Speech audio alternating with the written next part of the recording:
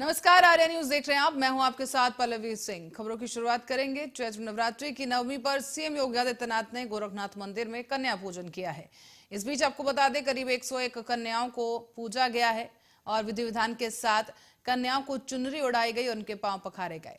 परंपरागत तरीके से रामनवमी का अनुष्ठान करते हुए सीएम योगी आदित्यनाथ ने अपने हाथों से ही ये पूजन किया है और नवमी पूजन की शुरुआत सीएम ने सुबह मां भगवती के 9वें स्वरूप सिद्धिदात्री की आराधना से की। इसके बाद कन्या पूजन की पारंपरिक अनुष्ठान किया गया और सीएम ने देवी के 9 रूप की कन्याओं को और बचुक भैरव को पहले थार में पांव पखारे और विधि विधान के साथ उनकी पूजा की है।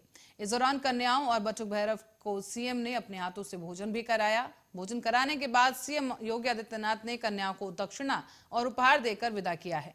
दरअसल सीएम योगी आदित्यनाथ हर साल नवरात्रि में 9 दिन का व्रत रखने के साथ साथ गोरखपुर में जाकर गोरखनाथ मंदिर में अनुष्ठान करते हैं।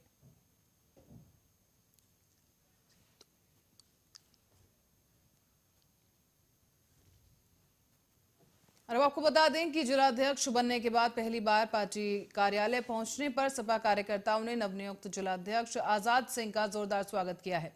खबर आगरा से है, जहां पर सपा कार्यकर्ताओं ने शहर अध्यक्ष वाजिद निसार और समाजवादी पार्टी कार्यालय पर नवनियुक्त जिलाध्यक्ष आजाद सिंह करदम का कार्यकर्ताओं ने फूलमाला पहनाकर स्वागत किया है। उन्हें सम्मानित किया गया और स्वागत सत्कार के बाद पार्टी के कार्यकर्ताओं ने एक बैठक की है, जहां आपको बता दें कि कार्यालय पर कार्यकर्ताओं के साथ ये बैठक हुई है। बैठक के दौरान पार्टी को मजबूत करने के लिए नगर निकाय चुनाव पर रणनीति तैयार की गई। आजाद सिंह ने पार्टी को मजबूत करने के लिए सर्व समाज को साथ लेकर चलने की बात कही है। इस बीच उन्होंने ये भी कहा कि जिस जिम्मेदारी को राष्ट्रीय अध्यक्ष अखिलेश यादव ने उन्हें सौंपा है, उस जिम्मेदारी को वो बखूबी निभाएंगे। जनपद आगरा का जिला बनाया है, इसके लिए माननीय राष्ट्रीय नेतृत्व का आभार व्यक्त करता हूँ। जैसा आप पूछ रहे हैं कि निकाय चुनाव आने वाला है, ये निकाय चुनाव की आज नहीं तो कल घोषणा हो जाएगी।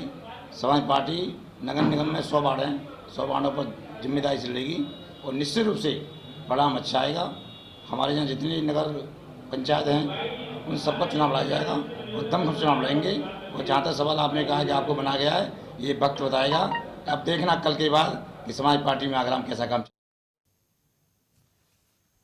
और अब रुक करेंगे सीतापुर की ओर, जहां लहरपुर के गांव केसरीगंज में गन्ने से भरे एक ट्रक में बाइक के टकरा जाने की वजह से एक व्यक्ति की मौके पर ही मौत हो गई है। वहीं बाइक सवार दूसरा व्यक्ति गंभीर रूप से घायल हुआ है। नजदीकी अस्पताल में घायलों को भर्ती कराया गया। घटना की जानकारी मिलते ही मौके पर पहुंची पुलिस ने मृतक व्यक्ति के शव का पंचनामा कर उसे पोस्टमार्टम के लिए जिला मुख्यालय भेज दिया है। दरअसल टक्कर के बाद बाइक गिरने की वजह से करीब 3 लोग घायल हुए हैं। और इस बीच आपको ये बता दें कि सभी का अस्पताल में इलाज जारी है। एक की हालत काफी गंभीर बताई जा रही है, जिसके चलते डॉक्टरों ने जिला अस्पताल उसे रेफर कर दिया है। तो वहीं सूचना मिलते ही उप निरीक्षक पुलिस बल के साथ घटनास्थल पर पहुंचे। मृतक का पंचनामा भरकर शव को पोस्टमार्टम के लिए भी भेज दिया गया है।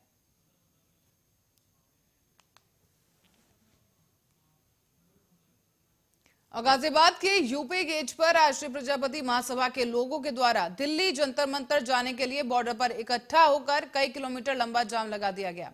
हालांकि दिल्ली पुलिस ने बैरिकेडिंग लगाकर सभी लोगों को रोक दिया था, लेकिन बाद में सभी को दिल्ली के लिए रवाना कर दिया गया है। दरअसल आपको बता दें कि प्रजापति समाज के लोगों ने मेरठ से लेकर दिल्ली तक की यात्रा निकाली थी और उनकी कुछ ये मांगे थी जिसको लेकर यात्रा निकाली जा रही थी। आपको हम तस्वीरें भी दिखा रहे हैं। आप देख सकते हैं कि भारी संख्या में यहाँ पर प्रजापति समाज के लोग मेरठ से दिल्ली तक ये पैदल यात्रा निकाल रहे हैं और इस यात्रा को देखते हुए पुलिस प्रशासन भी मुस्तैद नजर आया। आप देख सकते हैं बॉर्डर पर ही पुलिस ने इस जत्थे को रोक दिया है और दिल्ली पुलिस ने बॉर्डर पर बैरिकेडिंग करके यात्रा को रोक दिया, जिसके बाद प्रजापति समाज के लोगों ने जबरदस्त तरीके से नारेबाजी की और एक बार फिर किसान आंदोलन की यादें ताजा हो गई हैं, क्योंकि इसी जगह पर किसान आंदोलन के दौरान कैंप लगाए गए थे, ट्रक खड़े किए गए थे और अब एक बार फिर से इसी यूपी बॉर्डर पर, इसी गाजियाबाद बॉर्डर पर इस तरीके का उपद्रव देखने को मिला है, नारेबाजी देखने को मिली है। बता दें आपको कि ये मांगे इनके समाज की तरफ से कि एक घर भी किसी गांव में अगर है तो उसको जमीन और पक्का मकान दिया जाए, जिसको लेकर यात्रा निकाली जा रही है। इस यात्रा को रोके जाने से लोग आग बबूला हो गए, नाराज हो गए और जबरदस्त तरीके से नारेबाजी की गई।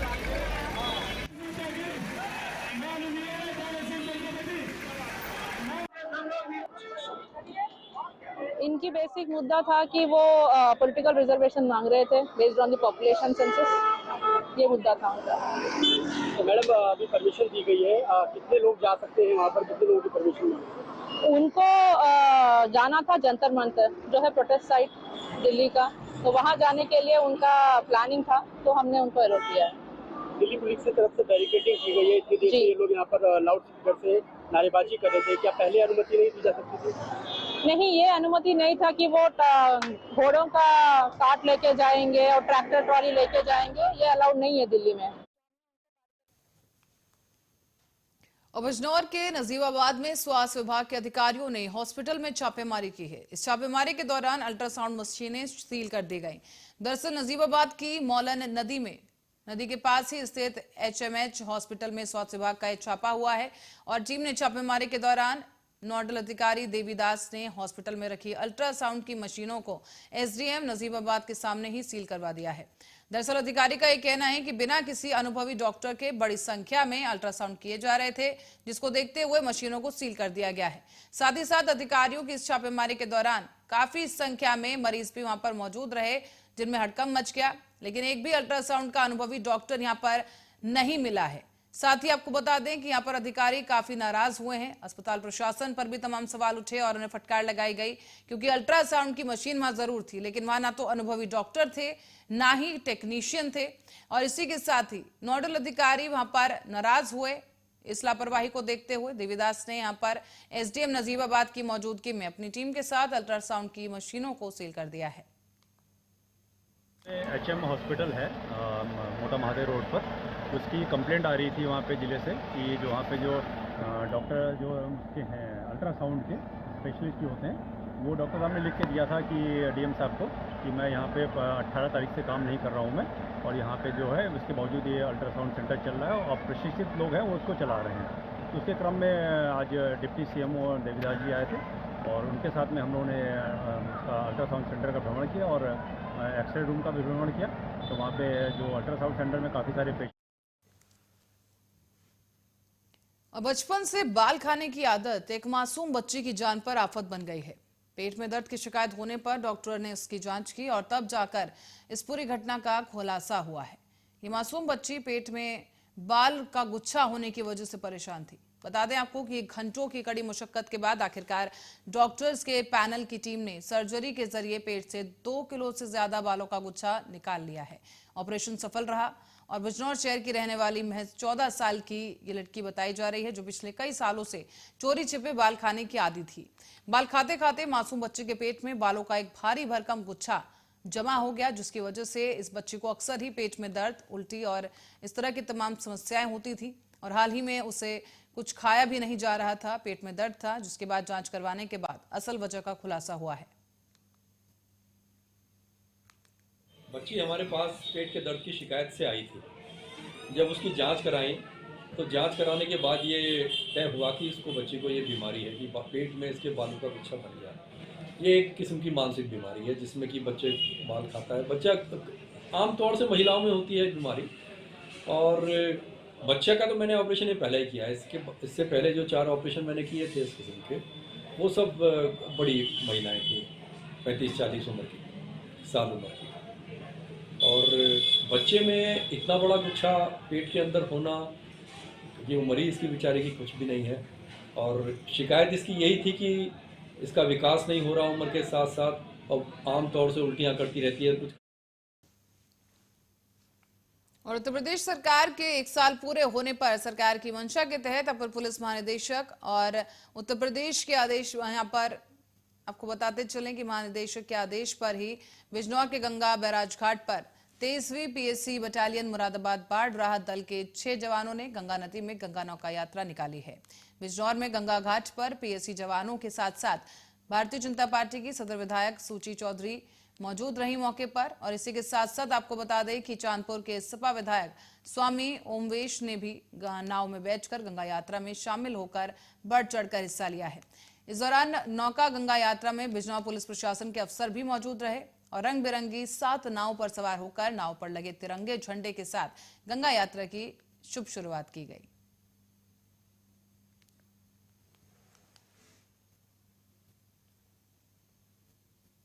और अब हमीरपुर की ओर रुख करेंगे, जहां तेज रफ्तार का कहर देखने को मिला है। इस तेज रफ्तार के कहर के चलते सड़क किनारे खड़ी हुई एक कार में जोरदार टक्कर मार दी गई। टक्कर लगने की वजह से कार दूसरी कार से टकराई और इस पूरे हादसे में कुल मिलाकर 9 लोग घायल हुए हैं। बताया जा रहा है कि सूचना पर पहुंची पुलिस ने आनन फानन में घायलों को नजदीकी अस्पताल में भर्ती करा दिया है। तो और कुछ लोग ऐसे भी हैं जिनकी हालत गंभीर देखते हुए डॉक्टर ने उन्हें मेडिकल कॉलेज रेफर कर दिया है। राट कोतवाली इलाके के सैदपुर गांव का यह मामला है।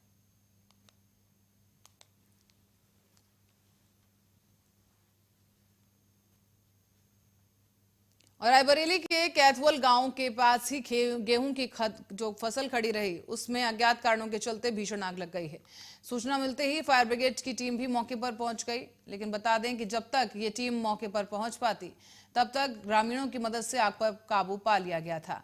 पीड़ित किसानों ने प्रशासन से मदद की गुहार लगाई है। इस बीच एसडीएम आशीष कुमार मिश्र ने बताया है कि हल्का नुकसान हुआ है, जो कि मौके पर बेचकर नुकसान का आकलन करवाया जाएगा।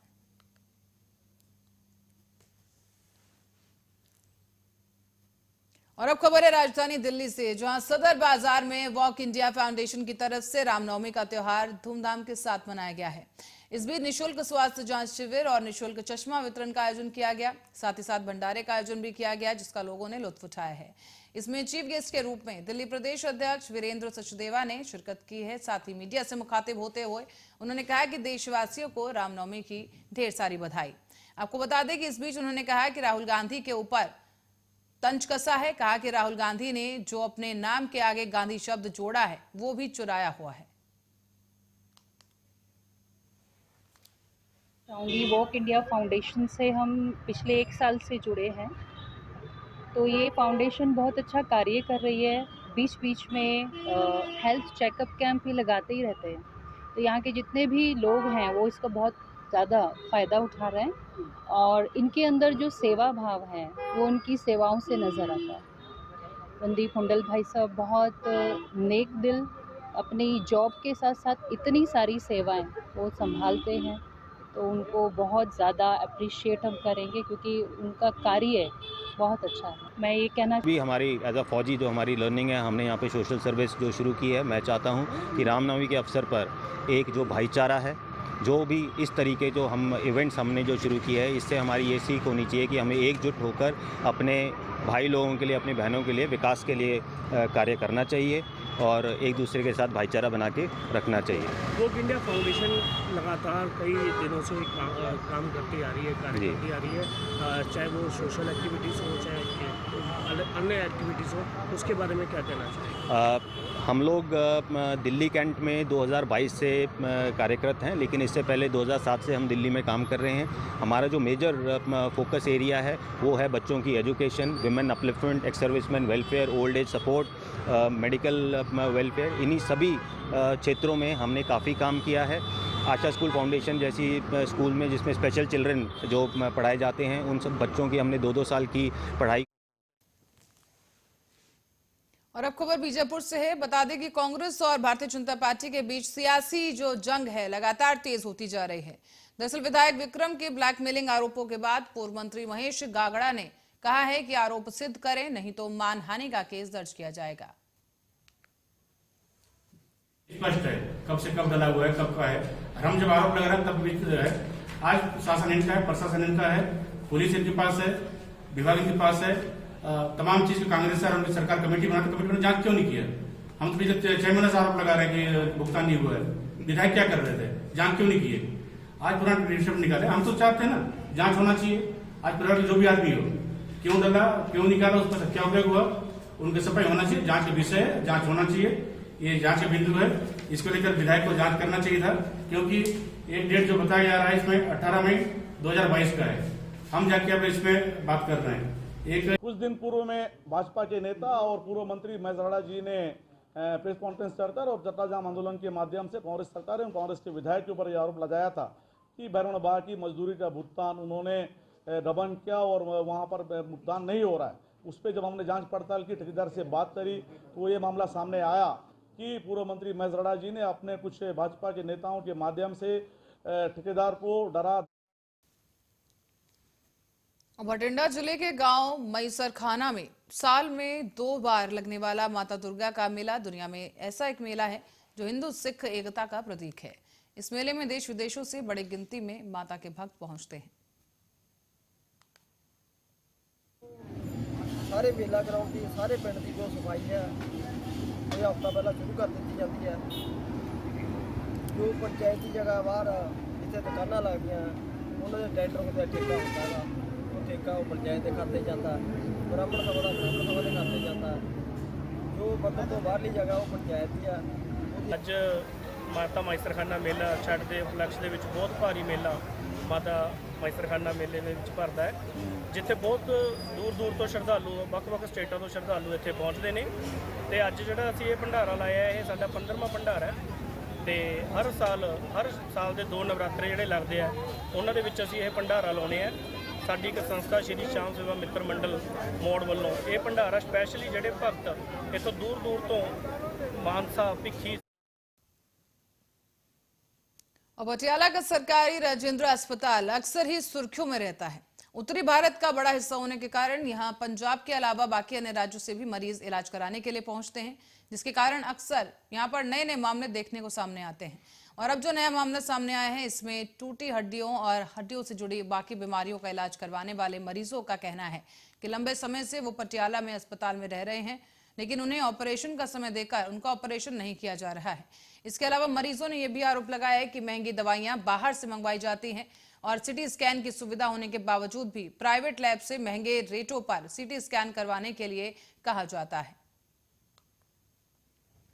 ਹੁਣ ਪੀਜੀ ਜਾਂ ਐਮ ਜਾਓ ਤੇ ਆਪਰੇਸ਼ਨਾਂ ਦੀ ਤਰੀਕ ਲਾਓ, ਤੁਸੀਂ ਜਾ ਕੇ ਪਤਾ ਕਰਕੇ ਆਓ। ਇੱਕ ਸਾਲ ਦਾ 6 ਮਹੀਨਿਆਂ ਦੀ ਤਰੀਕ ਮਿਲਦੀ ਹੈ।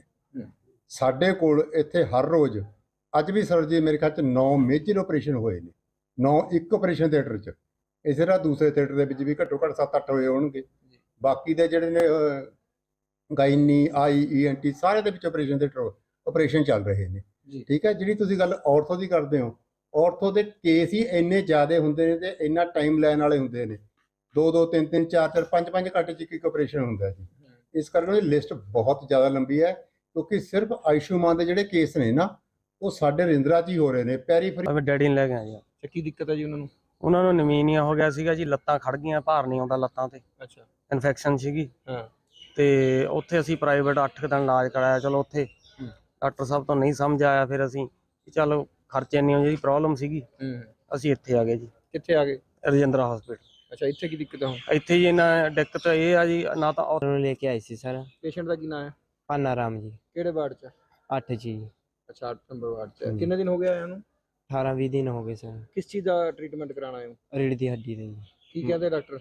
ਡਾਕਟਰਾਂ ਨੇ ਪਹਿਲਾਂ ਜੀ ਹਫਤੇ ਦਾ ਟਾਈਮ ਦਿੱਤਾ ਸੀ ਜੀ, ਹਾਂ, ਵੀ ਹਫਤੇ ਦੇ ਅੰਦਰ ਅੰਦਰ ਆਪਰੇਸ਼ਨ ਕਰ ਦੇंगे। ਐਮਰਜੈਂਸੀ 'ਚ ਆਏ ਸੀ ਜੀ ਅਸੀਂ। ਅੱਛਾ, ਤੇ ਉਸ ਟਾਈਮ ਫਿਰ ਡਾਕਟਰ ਨੇ ਹਫਤਾ ਹੋ ਗਿਆ ਜੀ, ਫਿਰ ਅਸੀਂ ਦੁਬਾਰਾ ਪੁੱਛਿਆ ਡਾਕਟਰ ਸਾਹਿਬ ਨੂੰ, ਫਿਰ 10 ਦਿਨਾਂ ਦਾ ਅੱਗੇ ਹੋਰ ਵਧਾਤਾ ਜੀ। ਅੱਛਾ, ਤੇ ਹੁਣ 10 ਦਿਨ ਅੱਜ ਹੋ ਗਏ ਸੀ ਪੂਰੇ। ਤੇ ਹੁਣ ਮੰਗਲਵਾਰ ਨੂੰ ਜਾਂ ਸ਼ੁੱਕਰਵਾਰ ਨੂੰ ਕਹਿ ਰਹੇ ਸੀ ਵੀ ਆਪਰੇਸ਼ਨ ਹੋ ਜਾਊਗਾ। ਹੁਣ ਟੈਟਨਸ ਨਾਮ ਦੀ ਬਿਮਾਰੀ ਤੇ ਐਵੇਂ। और इस खबर के साथ ही बुलेटिन में मेरे साथ फिलहाल के लिए इतना ही। देखते रहिए आर्या न्यूज।